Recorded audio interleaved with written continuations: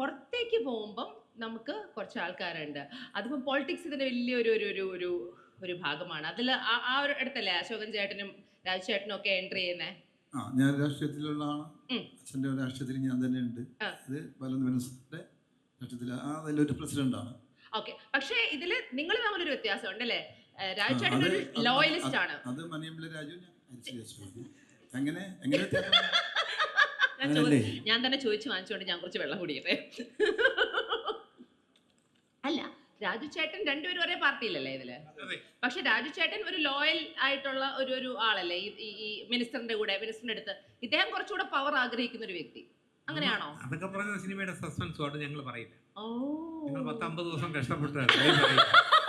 അതൊന്നും ഞാൻ പറഞ്ഞില്ല. ഇല്ല, സിനിമയിൽ ട്രെയിലർ കണ്ടിട്ടാ ഞാൻ പറഞ്ഞ. ട്രെയിലറിൽ കുറച്ചൊരു ദേശീയക്കാരനാണ്. ജീവിതത്തിലോ? എന്നെ കുറിച്ച് ലോയലാണെന്ന് പറയാൻ കാര്യമുണ്ട്. ഞാൻ ട്രെയിലറിൽ ഇല്ല. മനസ്സിലായി, ചേട്ടന്റെ സ്വഭാവം വെച്ച് ഞാനങ്ങ് ഗസ് ചെയ്തതാ ലോയലാണെന്ന്.